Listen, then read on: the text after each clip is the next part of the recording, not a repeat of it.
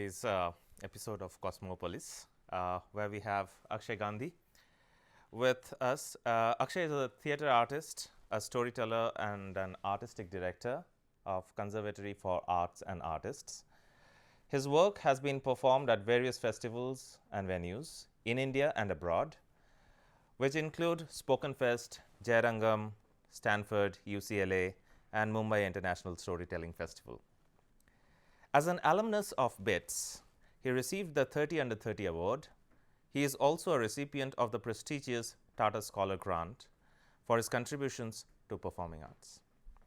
Apart from his artistic roles, he also teaches at institutions such as the Drama School Mumbai and the Lalit Kala Kendra Pune. A very warm welcome to you, Akshay. Welcome to Alliance University. And thanks for agreeing to do this podcast for Cosmopolis, which is a public platform of the Alliance School of Liberal Arts. So, Akshay, thank you so much for having me here. It's fun to be here. Okay, thank you. It gives me more pleasure. So, start our conversation today. You've gained considerable public attention now through your performance and production of Kaavad, right?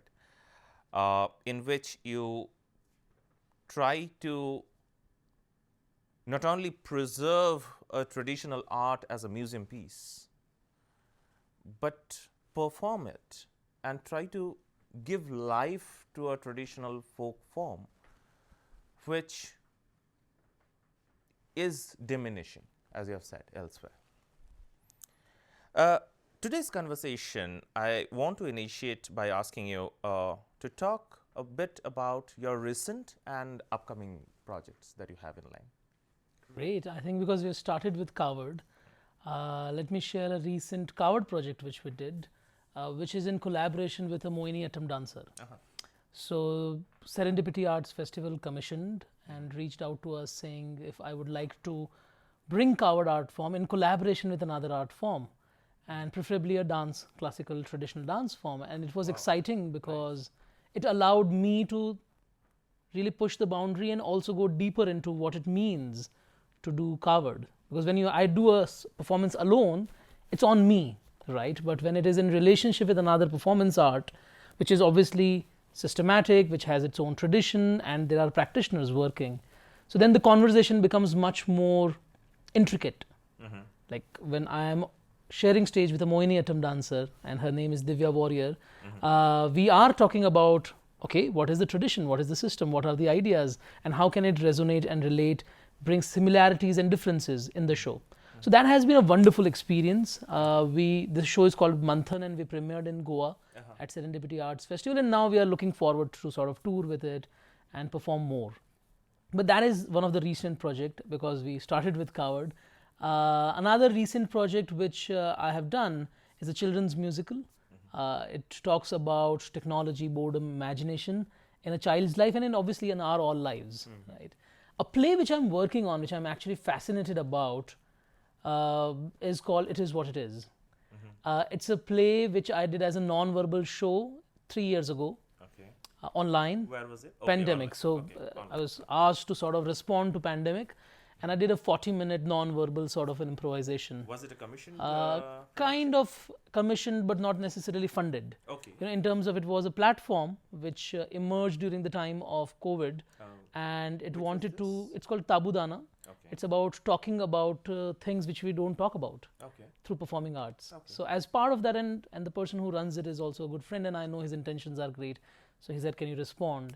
And so I created this piece, and I really sort of resonated with it myself as artist. I felt that I learned a lot more about myself by doing the piece, and so I wanted to develop it. I started writing, and then it took 2 years to actually come to the final draft, which started with a draft of 80 pages to now it being a 30-page draft. And now I feel satisfied to put it on floor. So right now I'm in rehearsal for that piece. So it is actually the removal of the excess rather than... Completely. Like really stripping it down to what is essential. And obviously it in some way or the other talks about our current times, that we are in public, but we are still alone. There is the sense of loneliness which seems to be spreading around the globe, but not necessarily talking about loneliness directly. It is about a person with self. So our relationship with self is evolving, and that seems to be an important theme or topic which seems to come into my work now. Our relationship with ourselves, and what is that? More and more we are living lives which are less of community. I think that question is, to me, more important. So the play kind of explores your relationship with yourself. It's a solo. It's a solo. It's a solo, and we are imagining projection. Right now we have not made calls on what will go on projection because we don't want it to be only representative. So projection for me personally is more expressive. It's more about that it illuminate an aspect of internal life which we can't see. So do you interact with that projection? I might. I have to see okay, that. you're still still in have to figure out. But okay. The thought of having a projection is clear. Okay. That it is not to represent something. It is not. I've used projection in my previous work, and it is not about informing, like how we use it in presentations, right? So how can projection illuminate something or evoke something which is not visible otherwise, like an internal journey, right? So it's sort of designing it in a way, hopefully, and obviously interacting with it in some way or the other. So when is it scheduled? Hopefully to premiere in June. That's when we are looking forward to, in Mumbai. Okay. So that's where we are. I mean, right now, because it's a process which we are building brick by brick, and also obviously script is also getting edited as I put things on floor. Certain things don't work or are difficult to make work. As a piece of literature, it might work, but as a piece of performance, it has to. So we are tentatively keeping the date in June in Mumbai. We are already in conversation with few spaces. I think by next week, once I have an intense rehearsal, we will have clarity on when we'll be ready. There's one thing which I don't want to do now, to be honest, and I've done it a lot before, is put up a show which is not ready to at least some level. Sometimes as artists, like, oh, that's the date, just put whatever it is. And I don't feel that comfortable now to put something which is not cooked enough. And obviously it always evolve, but at least to your satisfaction, that people can actually absorb it. So I'm figuring that out. That's a project I'm excited about. Thank you. Yeah. Okay. Nice. So you did speak about the bringing together of two traditional art forms, right? In that project. What makes me curious is one is from Rajasthan. The other one is from down south, Kerala. Both have very different kinds of history of practice. How did you manage to bridge this gap, number one, if there is any?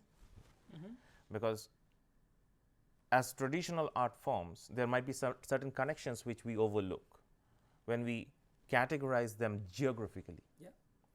So what was it, more specifically, what were the connections between these two, and what were the gaps? I mean, I would like to give credit to Mayuri Upadhyay, who was the curator of Serendipity Arts Festival, and she asked me, would this be exciting? Because there seems to be no direct connection. Like Rajasthan, Kerala, Mohiniattam, storytelling. Would that be? And I said, yeah, totally. When I don't know something, then I would like to do it. When I know something, I usually prefer to not do it, because then I know it already. And we didn't know what the connections are, or will there ever be a connection. But just because it is such a seemingly non-connected world, we said, let's try. And we did a lot of research, a lot of brainstorming. Me and Divya would spend hours and hours talking first, about where we come from, individually, artistically, what excites us, what we sort of, don't feel excited about anymore, from everything about society to politics to culture and everything. And I think that conversation, I feel, is the connection you see on stage. There is no apparent direct connection, like how if there is a song and a dance, there will be a connection. Or if there is a story which has been enacted in dance, then it is connection, right? So the storyteller is telling a story, and that is being enacted by the dancer. We are not doing that. we don't overlap in stories. Okay. She performs a completely different set of stories. I perform a completely different set of stories. Her stories come from her deep research into mythology on Mohini. And we know Mohini as an enchantress only. And her research really revealed a lot of different aspects of Mohini, which we don't talk about, which are in a much rare literature, which we find. And my stories are what I created. Obviously, influences by mythology, influences by traditions. What we come together on after a lot of brainstorming, I would say, or trying or experimenting, is that looks like the concept of Manthan, the churning, is interesting, because also that is where Mohini comes into picture first time. That the ocean is churning, and from that the Amrit came, and then Mohini avatar and all that. And I think I was also coming out of pandemic zone, and Manthan seemed like a thing which we all do as artists. And I said, that is so true. And I'm interested in that concept. So I explored the concept of Manthan by creating 7 stories, each dealing with 7 different Manthans in life. Okay. Right? And she created or choreographed stories where Mohini appears in different forms, talking about the internal Manthan artist go on. Yeah. So I look for the world outside as a storyteller, and the Manthans we on day-to-day basis go through. And she looks at the Manthans which artists go through, because it's very abstract. You know, when an artist say, oh, you know what, I don't know what color of costume should go on stage, a person who is not necessarily involved in the arts directly would say, how does that matter? Right? Or the artists always talk about these abstract concepts of time and space and emotions, and for many people it's like, I have to go and do a job. So that's the contrast, and the contrast is tied together by the concept of Manthan. And that's how, so apparently you don't see a connection, but you see overlaps. You see how we influence each other, but not directly. You know, because that we thought is a done thing. It was easy to do. We could have done it any day, and there was nothing exciting for us in it. Both of us being our young artists trying to figure out what we are doing. That seemed exciting and challenging. And that's why we took a break also after Goa show, to reflect on it, to see where we are, how deeply we feel about it. The show went really well. We were very happy. But we really still wanted to take a pause and reflect. Yeah, because it's not a usual, and there are things which we are talking about. Did you put up shows after that? Or not yet. Planning to? Now we are planning to. Okay, now it's just that her schedule is also quite tight. I also have a couple of primary sort of commitments. And we gave ourselves, before even premiering the show, we said, let's do the show and then sit and talk. But by the time you do the show, as an independent artist, your schedule start getting booked. Right? So then to find a common schedule is difficult. And now we are planning, most probably post-June. Once I also finish it is what it is. That is also taking a lot of time. Right. True. Okay. Nice. Great. In this, there is a third artist. I think your performance was covered. So the Kaavad Box, you had asked someone to create that box for you. With those stories, specific 7 stories that you were talking about. And that person must have brought in his or her imagination in preparing that box. So can you tell us a bit about that phase, your discussion with the other artist whom we don't see on stage? So his name is Rohit Bhasi, and he goes by his artistic name Indigo Oranges. And he's a wonderful illustrator, visual artist, deeply inspired by Amar Chitra Katha, Champak, everything which so he's a kind of artist who don't consider, I think, himself as a technical artist, you know, somebody who just absorb and sort of respond. So he's a medium. He's that kind of artist, and which I love. I mean, I'm a very technical artist, to be honest. I mean, I think, I sit, I sort of put things together. He's like, okay, this is what I felt and this is how I respond. And I love that about him. And in this particular project, actually, it's a good point, because Kaavad is the place where actually both of us also come together. Because it's not just the 7 Manthan he's painting, he's also painting what Divya is doing. Right? So he is, in a way, bringing all of us on Kaavad Box. So all the Mohini stories are also painted, all the 7 Manthans are also painted, and then they are all sort of mixed together in a very interesting way. His work, particularly in this project, is I share material with him, and because we had a lot of conceptual discussion around Manthan, I said, you somehow bring an abstraction of Manthan, abstraction of universe as Manthan. Otherwise, you listen to stories, and I was anyway writing Manthan stories as a concept. as a concept. How can we see Manthan throughout on all panels? And because I was also developing the stories in rehearsal, it's not that I had stories and then I'm rehearsing. Every day we are rehearsing, I'm developing a new story and trying to see if that works. So he also don't have a sense of, because he need time to paint. Right. He need time to think, and we are closer to the date. Oh, right? yes. So that's he, the problem with commissions. yeah, so he has to start imagining and doing things on his own. And I said, do whatever you want, which is how we also work. I let him imagine, design, choose colors, choose face structures, features. I think that's the most interesting part of Kaavad, because we were discussing yesterday, right, that it has some amount of conversation between the two artists, the person who performs and the person who creates that Kaavad box. Yeah. But then it is also about letting both of them be in their own creative artistic space, to imagine things and to have a conversation of themselves with that particular piece. So as you said, like it finally, probably here in this case the deadline was near, but anyway, as you said earlier yesterday to me, that you let it be. Even if the deadline, if there is no, it was let it be, let it whatever he wants to paint. And painting is not just about figures. It's about choosing colors. It's about choosing size. It's about choosing proportion. A lot of meaning is actually created by that. Like I'll just give an example of Manthan. So the opening doors, we said the whole thing is kind of Shiv Shakti, the duality. So paint whatever comes to your mind. And he painted something, two faces. On two, like Kaavad box opens like this, right? So opens like this. So he painted a more masculine and a feminine face, and then and he gave it a certain kind of touch and color to it.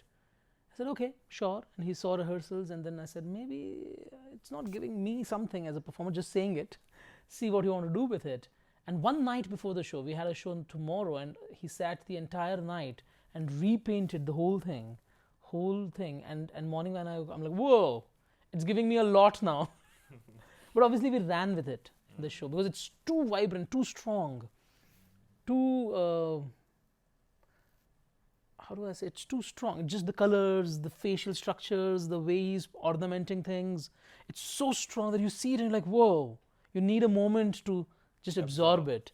And obviously we ran with it. And now we are talking about, he said, bring the Kaavad box back.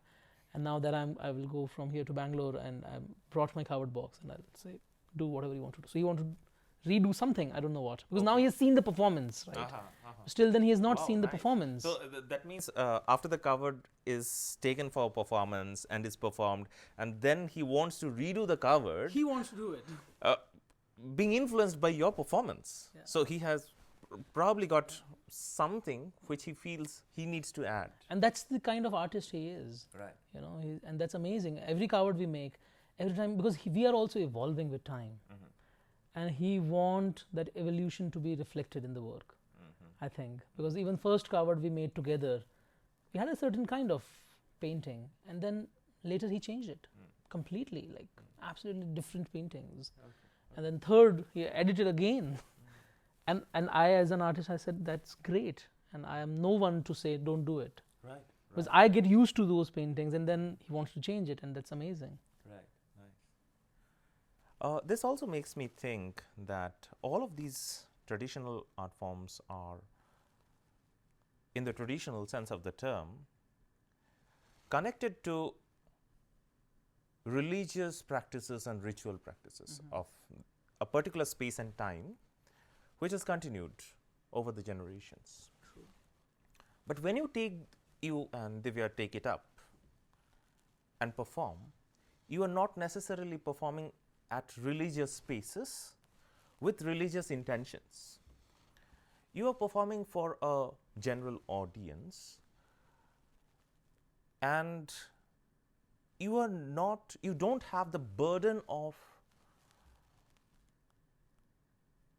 or the obligation of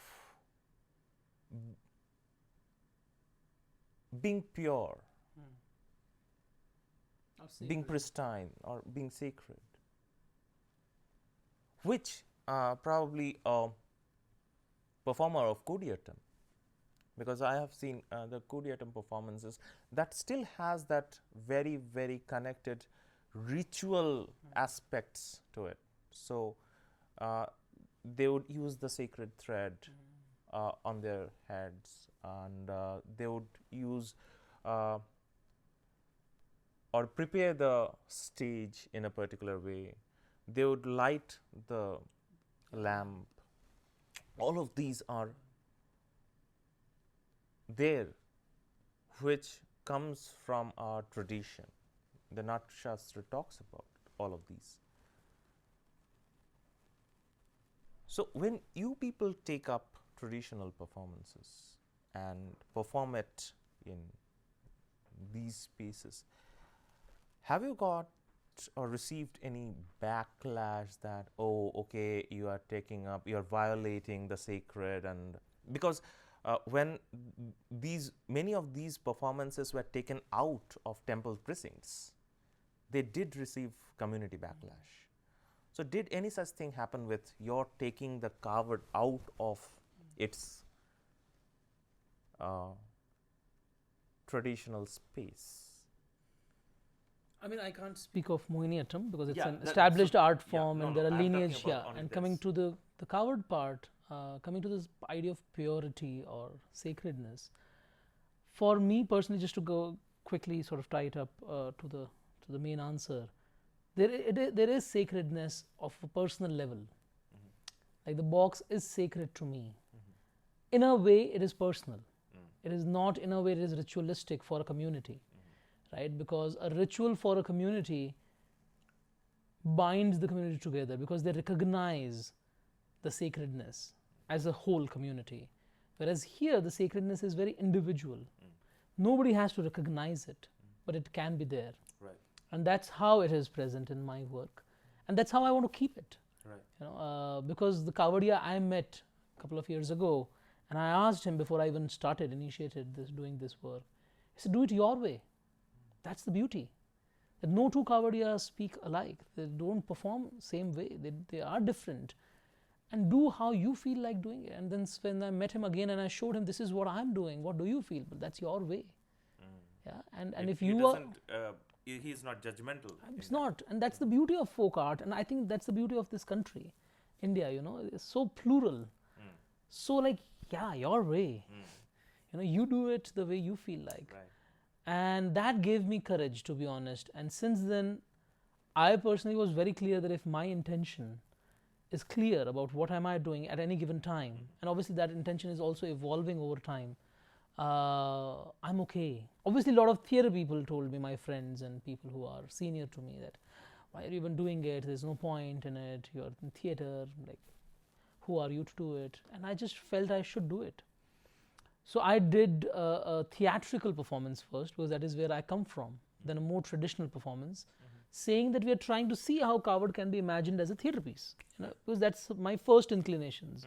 That were my first ways of thinking, because that's what I was trained in, which was received very interestingly, because that's a theatre production. One of my friends, really, really important friend, Salman Sharif, he came. He's a senior. He's around. He's quite a senior person.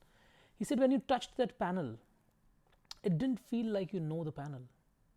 He gave me that feedback on day one. And I said, that's true. I was busy performing, showing that this is me performing alone with these paintings. And I said, oh, yeah, what should I do? That it does not feel that I'm just touching them, that as if I have a connection. And obviously there are no answers to it. The only answer is build a relationship. And how do we build a relationship? There's no answer again. In life, how do we build a relationship? I'm not sure if books help or any two relationships are similar. And so the journey started because of Salman's point, what is my relationship? And so over time, I think it's a build of relationship. And so when it comes to people criticizing or backlashing, I have been very fortunate to have audiences who have been generous, because they could see the effort which has gone behind. One of the things which I knew for sure is that I can't do it because it is interesting. I can't do it because it is cool, or I can't do it because nobody else is doing it. Right. I mean, those things has never excited me. It's Otherwise, purpose. I would have never came to arts field. I didn't need to come to the arts field. Right. And the point is, for me, it's never about it's a cool thing. It's a unique thing. Nobody else is doing it. Right. So I think there's a lot of rigor. So there's a lot of care and rigor. I think I end up putting in purely because that matters to me most. So I think people see that, the effort which has gone behind the work, and then they don't backlash, but obviously they criticize and they talk about it in an open forum. Right. And the response is very clear that this is all I can do, and so I'm doing my part. Right. So in that way, it has been a good conversation, a healthy conversation, how I think should be, like samvad. Right. Rather than vivad. There has never been a vivad on this, but there has always been a samvad on this, which is beautiful. Yeah, Vad can actually resist Vivad. Yeah. Conversations can actually resist and solve conflicts. So, yeah. Right. Okay, that what you said recently, like just now, that you didn't have to necessarily take this up. That takes me to the next phase of this discussion and my follow-up question. And this takes me to a flashback in your life. And life is extremely complex, right? It requires some amount of certitude, and at the same point in time, it is always necessarily processual. So life is always a process. So when you have an outcome, so for example, as you said, your Manthan production was over, like it was complete, but it's not final, right? So there is always something beyond that completeness, and there is never any final production. Probably there is no final say to anything in that matter. So you said that in one of your previous conversations, which I've heard, that as a student of BITS, you went to watch a play, and then it triggered your imagination. Now, we get such triggers throughout our lives. Probably this discussion will give triggers to some people who are watching it, listening to it at some point of time in the future. My question is, how did you convince yourself that this was a relevant trigger that you have had?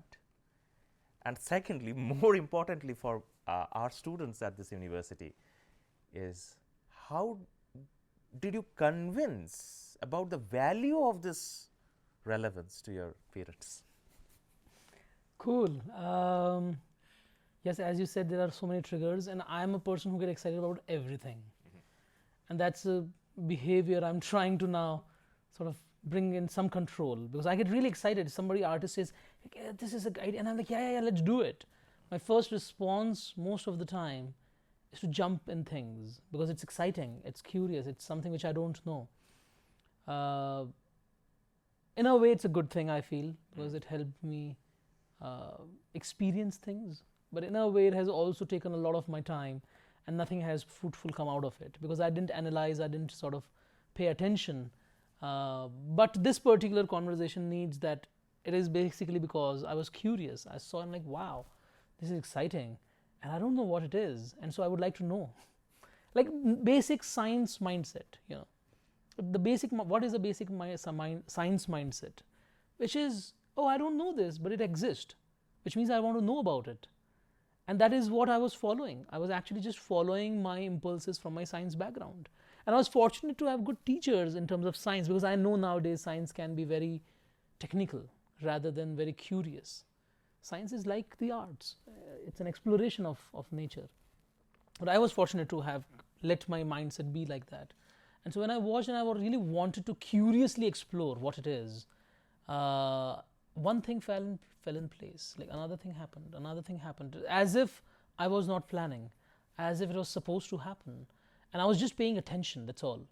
I think I was paying attention to things which were connected. Post that show, I was like, oh my God, it's so amazing. And I went to my manager. I was working at that time in a company called Intel, and my manager, she was so good, Madhura Chatterjee, and she would talk about, and I shared it with her that I watched this, and she got excited. So this was not as a graduate student. No, By then you were by then already. I was already working. Oh, okay. I was already working, and she was fond of theatre, and she talked about it. And she said, "You should explore." And I said, "I can't. This is a good feeling, and I want to explore that." And she said, "Sure, take a pause, take a couple of days maybe, and explore. Write to people." So I started writing, and then I was fortunate that I met this person called Abhishek Majumdar. He was starting a course, and I said, okay, I have time. Life is definitely giving me a chance to explore this, and I should take it. A lot of people I have seen that when you're shown a possible thing, there's this thing about, but what will I get out of it? What will happen at the end of it? And that just kills it. No, but that is also my second part of the question, because that is actually very important. It makes it also important for you to probably respond to it, because you were not a student at that point. I thought you were a student at that point, but you were already having a job at Intel, a company which is stable, and you had job security. Yeah. And in fact, that was the biggest part. Now I have a job security. Why should I even worry about thinking? The point. But the point was, I want to do my PhD at the end of the year. So my only marker was, let me explore it for a year. And by the end of it, I will apply. But how did you convince your parents about this? I don't think so. I have convinced them till now. So they're not yet convinced? I don't think so. I don't know, to be honest. I haven't consciously tried to convince them, because we were not together. I mean, they were living in Rajasthan and I was in Bangalore. And I have been raised to be more independent. I mean, my parents have always encouraged us to be more independent. Like, do your job, right? So I was living in Bangalore, doing my job, and so I'm exploring. I didn't even tell them that I'm doing a theatre workshop. So I'm just doing stuff. And I'm doing and I'm putting a show, and they're like, and at that time WhatsApp was not a big thing. Facebook, Instagram was nothing. So obviously they didn't know that I'm doing things like this. And so by the time I was already deep in the water is when they got to know, because I was about to leave my job. And that is when they're like, oh, wait, what are you doing? Now, that is where the conversation gets interesting. So a lot of conversation happened. I tried to tell them I like it, I understand now that they also had valid points about security, about you have already invested so much in terms of your effort and your mindset has already been in a certain way. But I was like, I'm going to do it. I was just adamant about it, to be honest. I just kept doing work. I mean, one thing which I think is important is to keep doing work. Like, when you feel passionate about something, you can live in your own world. Oh, I'm passionate about it. And I see a lot of my friends also sometimes. They do one show in a year, or maybe one show in 2 years. Then you have a lot of time. What are you doing with that time? And in my case, my parents were worried that if he gets into, because they don't know, they don't come from this background and they don't know how this field function. Right. And a lot of middle class families, when they think of artist, there are a lot of bad name. You know, there are a lot of things which they have heard about the arts field, which they don't want their children to be participating in. So I understand their concern, but the only way to respond to them was, I was not free. I'm rehearsing in morning, like traveling 20 kilometers outside the city to work on a movement piece.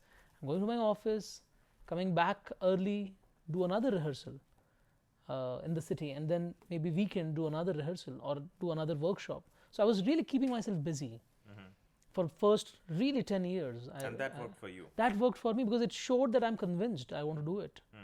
Not just for my parents, actually for myself. because I could see very clearly I have a really good path going ahead, and I loved research. So it's not that I didn't like technical work. I loved research. I loved science and tech a lot. So for me, what the choice was, if I leave this already clear path, it should be worth it. Right. Yeah, or it can always remain as hobby. So I also tested myself how much I can stretch. If I don't even have breathing time for 1 hour, would I still like to go into a rehearsal? And that was very clear that I really wanted to. And so it was just, so it convinced not just my parents, I guess, more importantly, it convinced me. Because I knew that this path, I could already see seniors in my field. I could already see people who are like 20 years doing theatre, 30 years doing theatre, and I see the struggles already. Right. So I'm like, I have to be ready for that. Right. It should be, you know, so it helped me convince myself deep down. I mean, you can convince yourself here. It's easy. And that's the most biggest flaw a lot of people do. They convince themselves intellectually that, oh yeah, it is for me because la la la la. When you have a list of answers, probably you actually don't know the answer. When you don't have the answers and you know it somewhere deep down, then it is the answer, I guess. So calling, yeah, I think it's very clear. It's very clear, but not in a list of answers. Because I have struggled with it recently during COVID time. I built a list of answers and they are all convincingly right, but I don't feel anything right about them. Interesting. Very interesting. And so I have this very clear marker actually from the beginning that my mind can fool me. So I don't need to trust my mind all the time. And objectivity might not be the answer always. Exactly. It's a subjective experience according to you. So I think it's a constant struggle to convince yourself and to parents and to families and whatever. I had a great support of my wife, to be honest. She was more convinced than me. Oh, wow. About that you should do it. But she has seen me on stage, she has worked with me on stage, she has managed us, and she's like, fantastic. I could absolutely see, it's so crystal clear for me that this is where you belong. And why would you leave something where you belong? And she is an amazingly strong support I have. Yeah. Nice. So the follow-up question to that is, did pedigree or nepotism, the lack of one or the abundance of the other, affect your work? And I don't know if it still does affect you. And how did you deal with this issue as a new entrant into this field? I think everyone has a solution to that. I personally feel that in the arts, and I'm specifically about the arts, it's good to be born in a family of artists. And why I say good, just from the craft point of view. I don't mean that they become great artists. That is not what I mean. I mean that the way to actually, I personally respect most the way of learning the art through absorbing. Right? So in Manthan we had this musician, Shyam Kalyan, and he said, I wake up with Mirav. My entire village is a village of musicians. So Mirav is how I wake up in the morning. Right? Somebody's singing is how I eat my breakfast with. So you know, the best way obviously to be in the arts is by absorbing it and not analyzing it. So in that sense, I always was very fascinated by people who come from artistic families. I always looked up to them and I said, wow, this is so amazing. I never said, I wish I could have been, because I loved my childhood, to be honest, a lot. But I also felt that there's something exciting which they bring in. And I always felt, oh, that's such a great way. So I wouldn't call it nepotism, or it does have an influence and it makes you a kind of artist, for sure. And I also see their struggle. They have their own struggles, they have their own problems. And I wished that I could I can give myself that kind of time, that quality of time. And that is how I solved my problem. I could very clearly see, I'm already 24 and I'm starting now.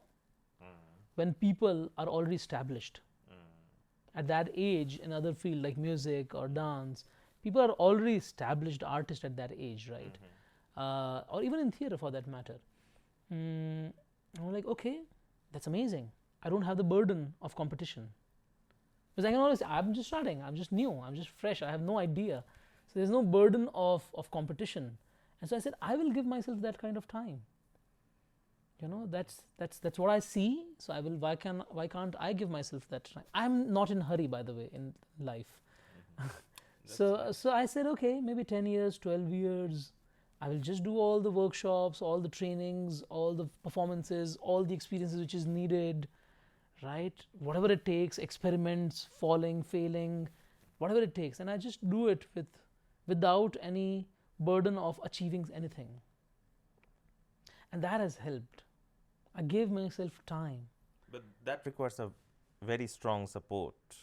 As you said, in your case, fortunately, you have your wife who provided and is still providing that support. Yes, totally, right? And we are minimalistic people. We have very few demands at our home. So I'm the only one who earns in family. And that gives me a place where I can't call myself a privileged artist, because my family is running because I am earning what am I earning from my arts, right? My wife was working, but a very small job, which was obviously not sufficient in that sense. And we said, that's the best gift we can give ourselves, gift of time. And it is okay if we won't travel abroad. It is okay if we won't take vacations and go to big hotels. We won't have cars or big cars or whatever. That is fine. But time is what we can give. Because I have also met, actually I should mention this. This is an important case. It happened that I had a friend, I will not take name. He was 44 from BITS, obviously my senior. He said he wanted to do theatre, and we were part of the same production. I hope it's okay with him if he listened to this. Yeah, because he inspired, in a way, his case helped me make a call. He said after BITS, he's going to take like 15 years to earn money, to build wealth, to build asset, so that he don't have to worry about rest of his life thinking about what he's doing, and then he can do the arts. And I observed that because he was not in touch with arts for 15 years, it was slightly difficult for him. He enjoyed, but his mindset has already changed, because he has not gone through the struggles which the artists were going through. It was difficult for him to relate, and the way he did art was very different, right? And I said, oh, I can't let that happen to me. That's not a bad thing, but I didn't want that for me. I wanted a different quality of arts running through me. And that quality is what I seeked. And I knew that the answer for that quality of art, and it's not good or bad, it's just the kind of art you want, needed dedication. And so I gave myself the gift of time. With my wife's support, she was like, we'll live, don't worry. I mean, one thing is, we were fortunate to have just enough to not die. Like, in a way, you know, that there can be a stress of not having an insurance, for example, or not having food on table. And I think that much we could secure. Which is true for many artists. Many artists. Like that's what I'm saying. It's true that where will my food come, like for tomorrow? And that is, I mean, I would say I was highly privileged to not worry about that. Right. Now my next question was actually on that. Like, if someday, just like I asked you, what do you think about the pedigree and nepotism of other artists? If someday some artists who are even finding it difficult to make their two ends meet, There are many, and if someone says, oh, this guy Akshay is privileged, he is privileged in several ways, and he can gift himself the time, but that's a luxury. It is. So what would be your response to that imaginative question? Yes. No, it is not. It is true, and it is real, and yes, I have the privilege of speaking in English. It's a big privilege. Yeah, many artists, just because they're extraordinary artists, but when you see these panel discussion who talk about the arts and where the art should be, their practice is not as strong as theirs, but they don't get a chance to voice their opinion. Right? Just because I have the privilege of English, I have the privilege of living in a city, I have the privilege of education, I have privilege of having a family, if something happens, my family might take care of me. I have that privilege. There are a lot of privileges I have. Right. And obviously because of those privileges also my art is affected. And my art also in some way or the other respond or reflect those privileges. Right. Yes, and I agree with them. There are a lot of privileges because of which I'm doing what I'm doing. Right. And the thought and the point of hoping to create a conservatory for arts and artists is that instead of saying, oh, I will help you as artists, can we create a system which can allow people to sort of come forward and find solution for themselves. And this is a work we did during COVID time. So during COVID time, my wife and we were doing ration distribution for migrant workers. We remember that phase when, right? And we were putting grains and food into our car and going and doing. And she said, what about artists? I said, what about artists?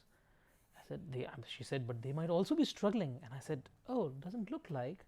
I see everyone's Instagram post with coffees and whatever, and all political or social seems like they are all okay. I said, we can't be sure. Why not do an open call? So we did a small WhatsApp call in English and Kannada saying, if you're an artist and if you're finding it difficult to make the ends meet because of COVID, reach out to this number. And that was my wife's number. And we thought we will get like 4 calls, 5 calls, maybe no calls at all. And we said that much we can arrange money and we can do that.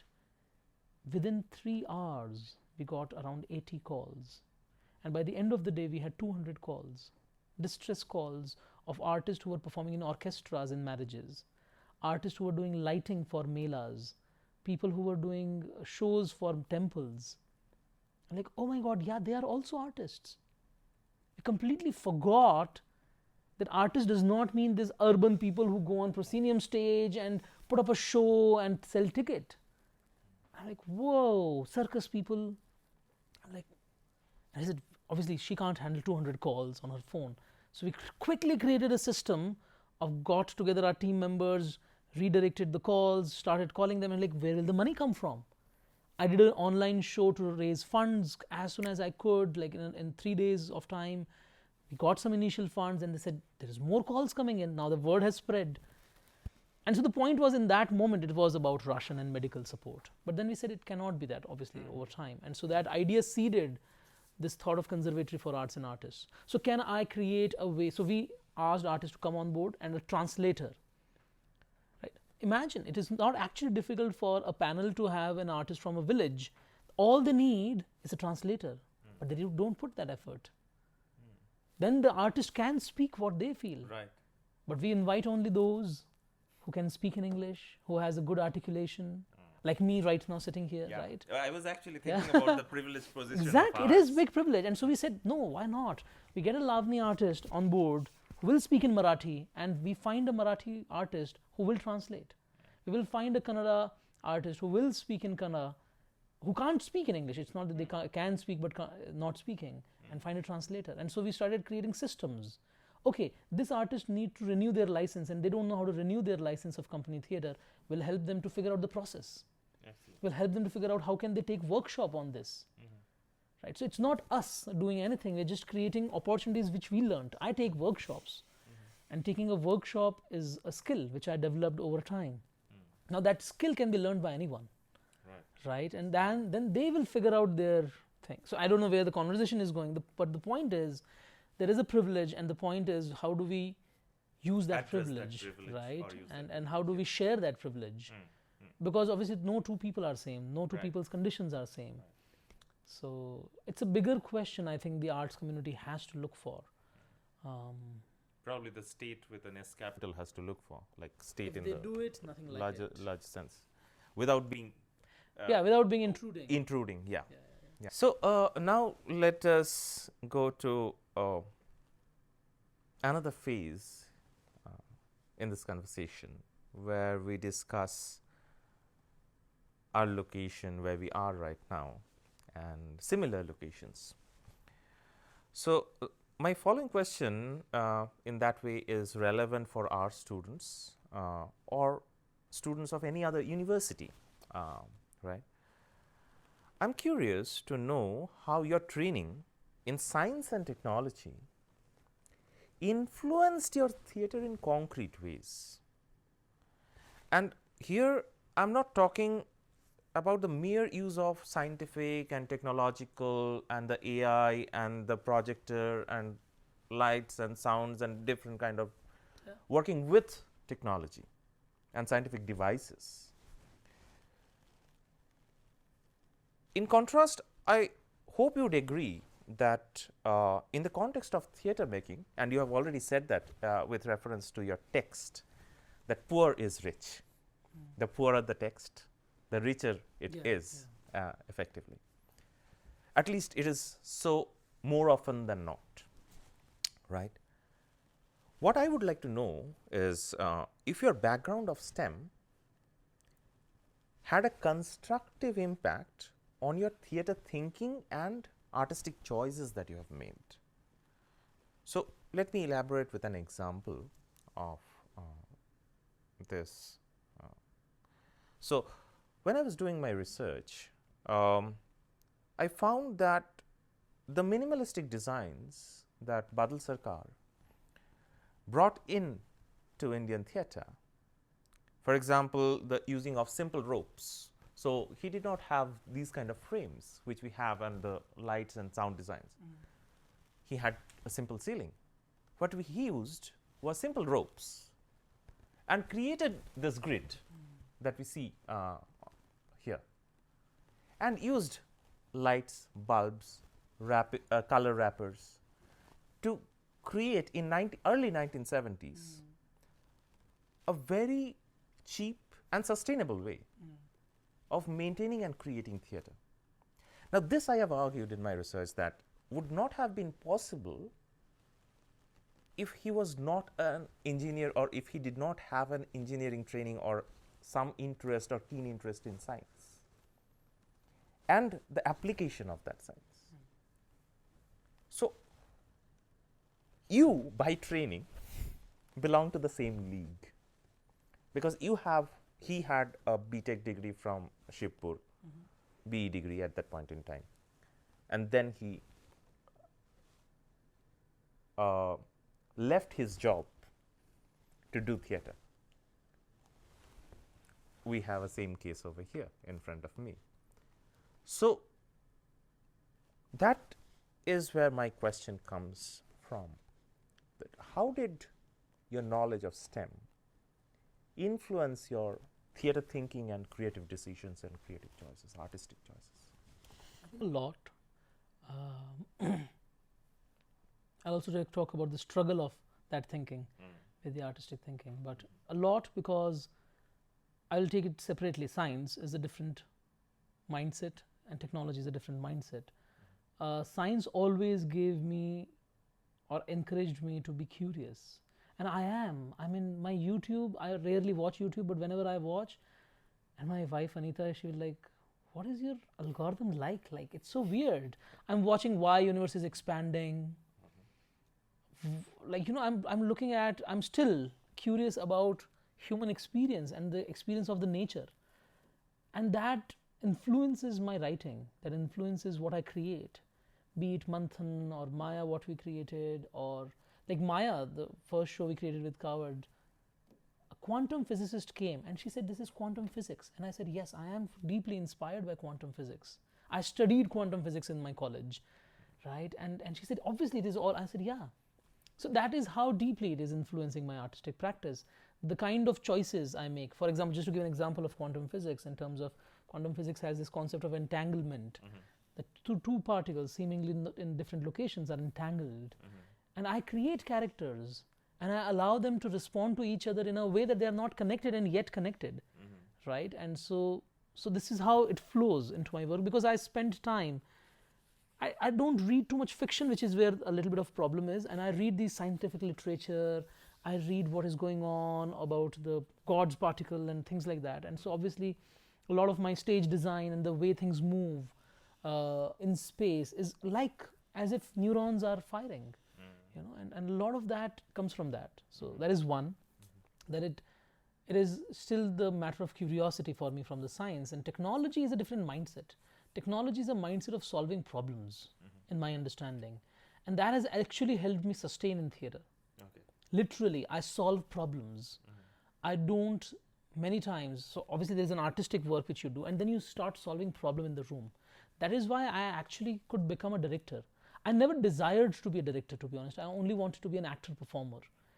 But I just became a director of theatre, and I still am working on it. I'm improving on it, but it just was a natural way of doing things because directors solve problem. Yeah. Okay, we need to do this scene. How are we going to do it? We don't know. Okay, let's solve it. Just solve it collaboratively. That's the approach I received from humanities. But the desire to solve a problem and not to move away from it, I think it is purely engineering. You know, that's the mindset engineers have all the time. You meet an engineer and they'll talk about, okay, how are we going to solve it? Right. And I think that is how it helped me in terms of being in the arts field. Mathematics is art, so I would not say much about it because anyway it is the arts actually.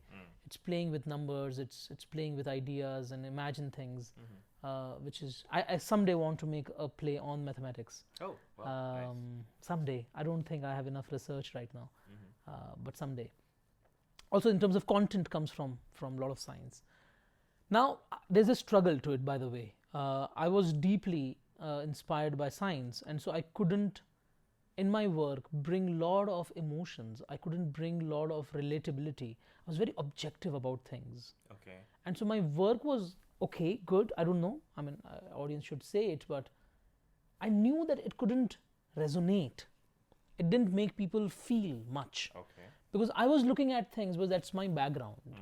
Even my acting till then, till a point I went into an immersive training in the arts, was very, oh, he did a good job. And that's it. You know, and I feel that when an artist do a good job, they have not done their job. People should not even feel that they have done a job. It just feels seamless. And I could see it in other actors, I could see it in other performers, musicians. I could see, oh, this musician is good, but this performer, I forget about myself. This musician, when they sing, how do I do that? Solving problem, right? And I realized it was actually the science mindset or the technology mindset of only solving the problem and not going beyond it, which really was stopping me. And so I needed to go into a deep immersive training, which is what I did in New York with City Company. And when I came back, I somehow had a previous life. I flushed out all my science background and became very difficult for me to even sustain, because now I have forgotten my problem solving mindset. I've forgotten other things, and I'm so like an artist, just want to do my work for hours and hours in my studio, rehearsing and doing stuff, worrying, and obviously it brought a financial crisis to us. And I said, oh my God, what's going on? Why I'm unable to think the way I used to think? So now I'm in a phase where I'm balancing both. Right. You know, so in a way I'm at a good place now. Then, so it's a balance of. I would love, to be honest, the best life would have been I can just be in studio doing things, not worrying about solving problems, not thinking about economics or real life. But that brought a very bad financial crisis to us. It became so difficult that we're like, how are we going to do this? This gift of time was great, but now what?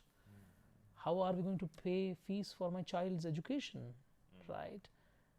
And that is when I needed to bring back what I had from engineering and then balance it. Why I'm paying attention to this is, I think it's not one or the other. One has a problem in the artistic field. It is difficult to be an artist by being a technologist. But I think if you can learn both and you can find a mix. I'm also talking about the same thing. Yeah. It is about the balance. I think so. It is probably the balance which has enabled. Because problem solving is not natural mindset. I realize this more and more because I always came from science and technology. I always saw people who had the same mindset. I realized that a lot of artists we worked with intuitively don't think about solving problems. And because they don't intuitively think about solving problems, a lot of problems remain. But don't you think that lot of problems are getting resolved by them even when they are not thinking about problem solving consciously? That's the mystery, and that is what I was saying. that I wish the ideal life would have been me only being in the artistic mindset. And somehow the universe would have taken care of. But when we were in a position which was really scary, I had to do something. Right? So that is what makes me, I think, me. Right? And that's how I look at arts, with the balance of tech, with a balance of science, with a balance of economics. That's how I see it. And I don't mean that the other ways are obviously great, and people have lived through it. That's your signature, probably. That's possibly me or people like me, function as. That's our way of functioning in this universe.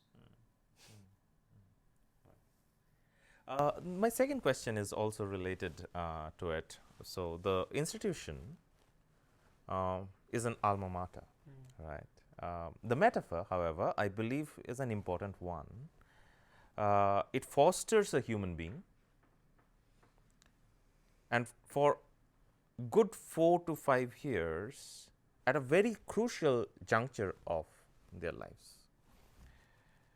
However, there is a danger of what we call infantilization.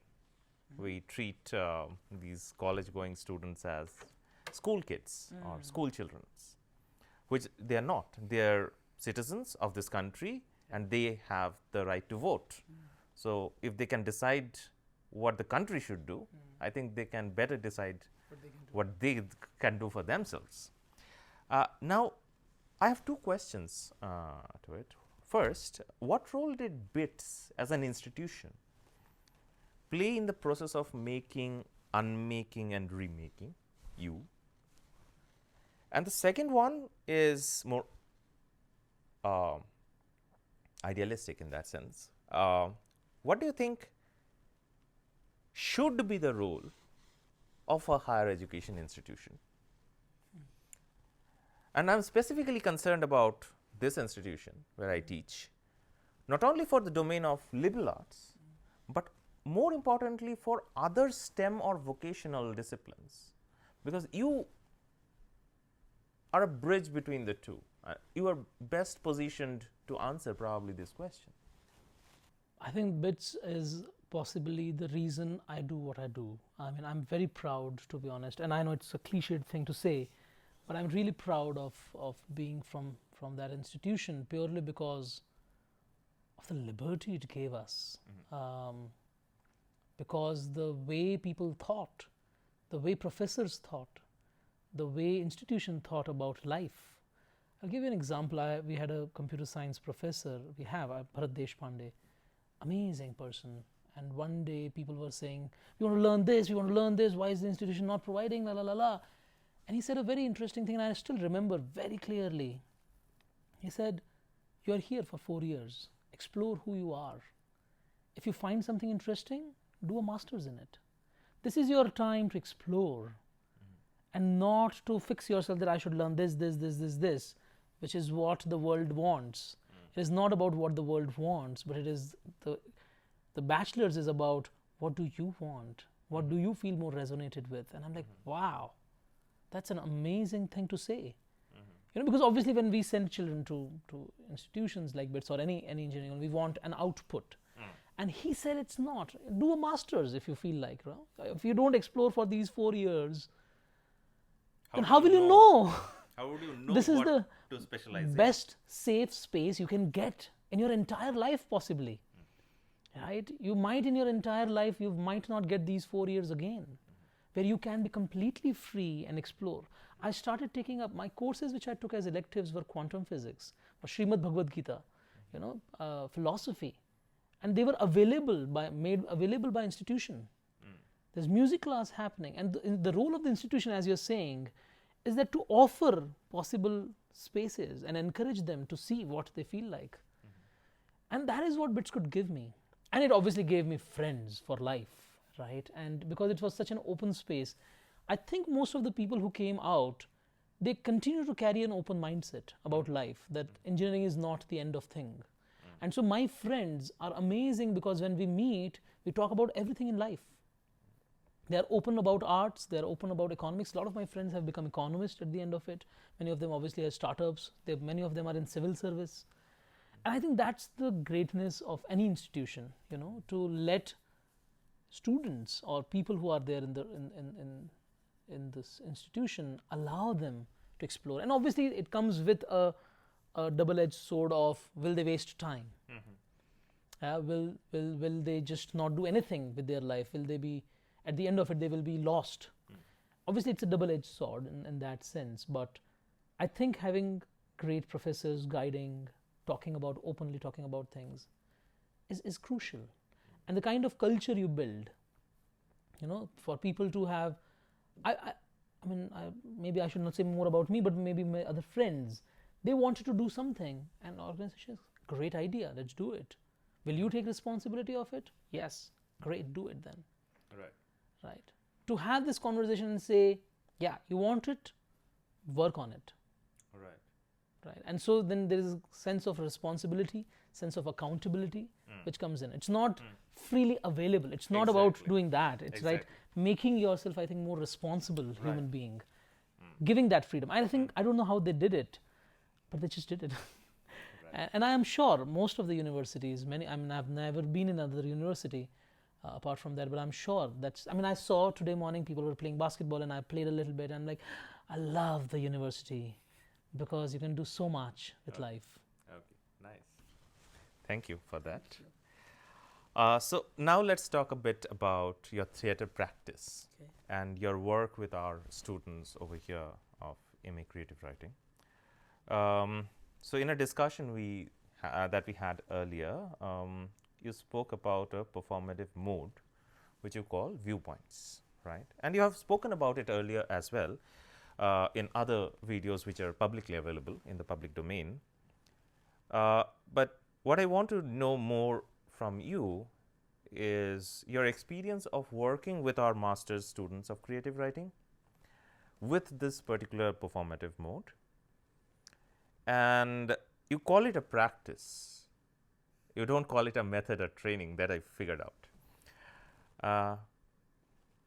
It would be nice if you can tell our audience something about that, maybe through a couple of instances from your work with our students.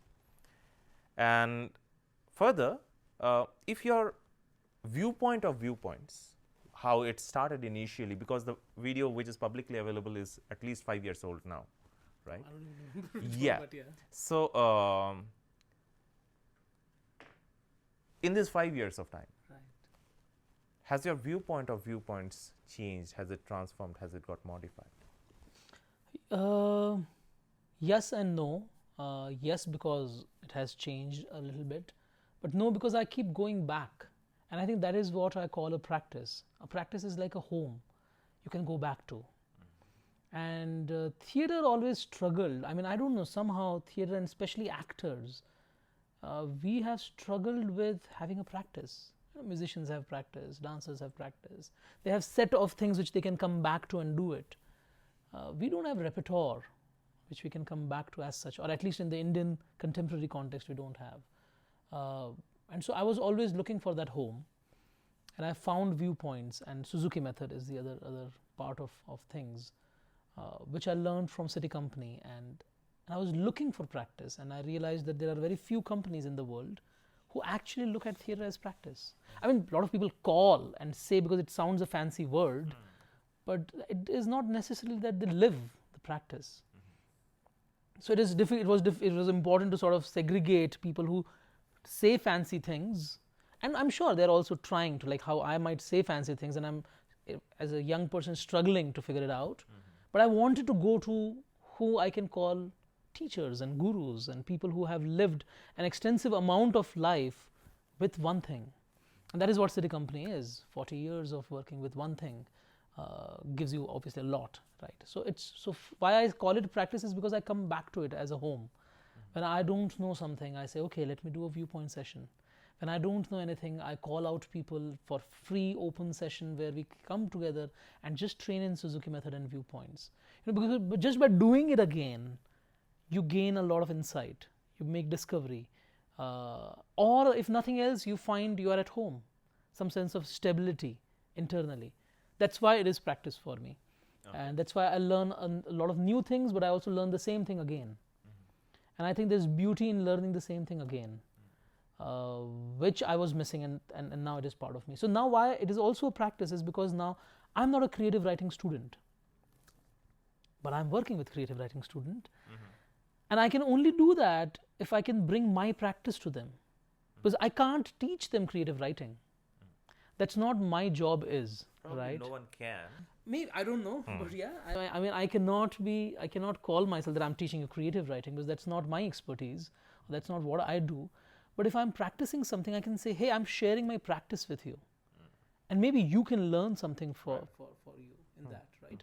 So it also makes the life more easier. Instead of me struggling to say, how am I going to teach creative writing student? What am I going to say intelligently so that they learn something about creative writing? Because then it will be fake. Because I'm not a creative writer as such. I mean, in a way, yes and no. Yeah. So I can share a practice which then they can find value in. So now coming specifically to instances, for example, we said, okay, one of the viewpoint which people say is space. And obviously space is a concept explored by everyone in this, any domain of knowledge, they will talk about space. And I said, let's explore space, let's read space, let's engage with it, right? And so they did. And by just engaging with space, they could develop a lot of material. They could come up with ideas. And I said, these ideas are your ideas. Right? They come from you in writing in text, because you are a creative writer. It might have come as a dance if I'm a choreographer. It might have given me a musical idea if I'm a musician. And that's viewpoints. Yesterday we started exploring about what is time. Is there time or not? Is there a sense of time, perception of time? So we did exercises around investigating and studying and feeling what time feels like in different contexts, in different age, as a different person, as a different character. And so now how will you bring these influences in your writing? I don't know how, but you will.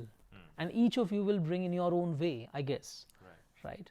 And that's how it is going on. And we are going to see a show today, and we saw a show yesterday, and could see that it is completely, absolutely their work. And we could also see it had understanding of space. And time. Right? And that's how you learn. You learn without knowing that you learned something. And that's the work I'm doing with them, and I could thank bring. You for that. Yeah, thank you. For that very much. Thank you for having me. This is absolute pleasure, because it allows my practice to expand. Right. So. Okay. So now let me ask you a serio-comic question. Okay. Now you have done multiple hats, right? You started by discussing your recent project, which is in the pipeline now, where you are the writer, director, performer of a particular play. Now, and these are different roles, right? Just to add, I also sell ticket for another show. Let's sit on the counter and say, please buy. Yes, and that is another part of it, which I'll come to soon. However, in this particular question, I want you to talk about the conflicts. So when these roles are taken up by different individuals, there are conflicts. But just because these roles are taken up by one person doesn't mean that the conflict gets resolved. So my question is, how do you tackle with these conflicts? How does the writer you deal with the conflict of the actor you and the director you?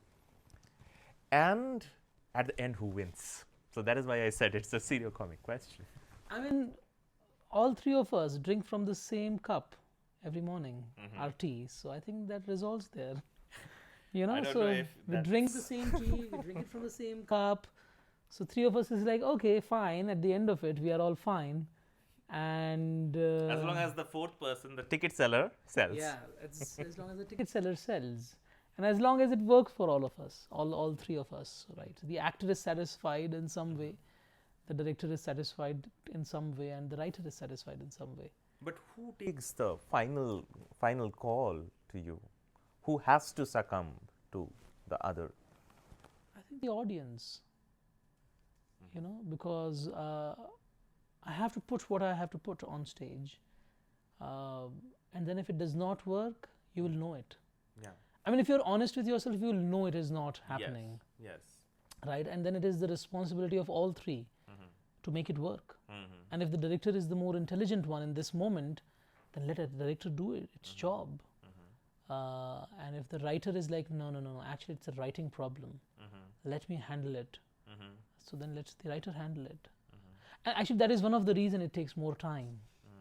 It takes more time because it's very exhausting. To decide who has where is the problem, what needs to be explored. And so I think audience in one way is a good place to be, because I keep doing these work in progresses, But once you have an audience, now all three has one single goal, that the audience should be engaged. Right now they come together, apart from drinking the same tea, but this is another place where they come together. And if it's not working, they all three know it's not working. So, I mean, I'm not going to even ask audience to respond or feedback, but just having an audience, you get it gives you a space of responsibility towards them. Not only that, you get a constant feedback. I mean, you know what's going on. And I tend to sort of drop inwards many times and not see it from the outside. And so having an audience really remind me that why are we doing the arts if it is not an exchange with you and the art and the audience, right? So it helps. Right. Thank you. Yeah, nice. You brought the audience in. Yeah, and also you are also the audience when you are rehearsing. Okay. So let me wind up our conversation today with a personal but practical question, which you have already mentioned. I thought it would be nice to keep it for the winding up session. Is the managing of the finances, which you spoke about. Now, as a full-time professional who is avoiding to take up full-time university or institute positions, how difficult do you think it is? And because you say that the ideal thing would be to invest your complete amount of time to the practice, but you have to maintain a fine balance. So what would be your suggestion to the students of ours? And for those who are listening to us now, who would probably soon be trying to make a living of the creative field as professionals. So what would your suggestion be to all of us here as a professional who is struggling to? My suggestion, and that's just one suggestion, and I'm sure you will find your way of doing things, I'm sure. So this might help, might not, just giving you with that thought, that actually look at arts also in terms of business, because it will really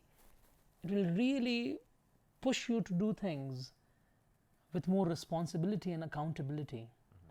The risk with the arts is because it's so subjective that we can fool ourselves that it is great, and live with our own self glorification, right? And so I think when you think of it as business, and I'm not saying business in terms of transaction, business is just ways of dealing with things. You take more responsible position.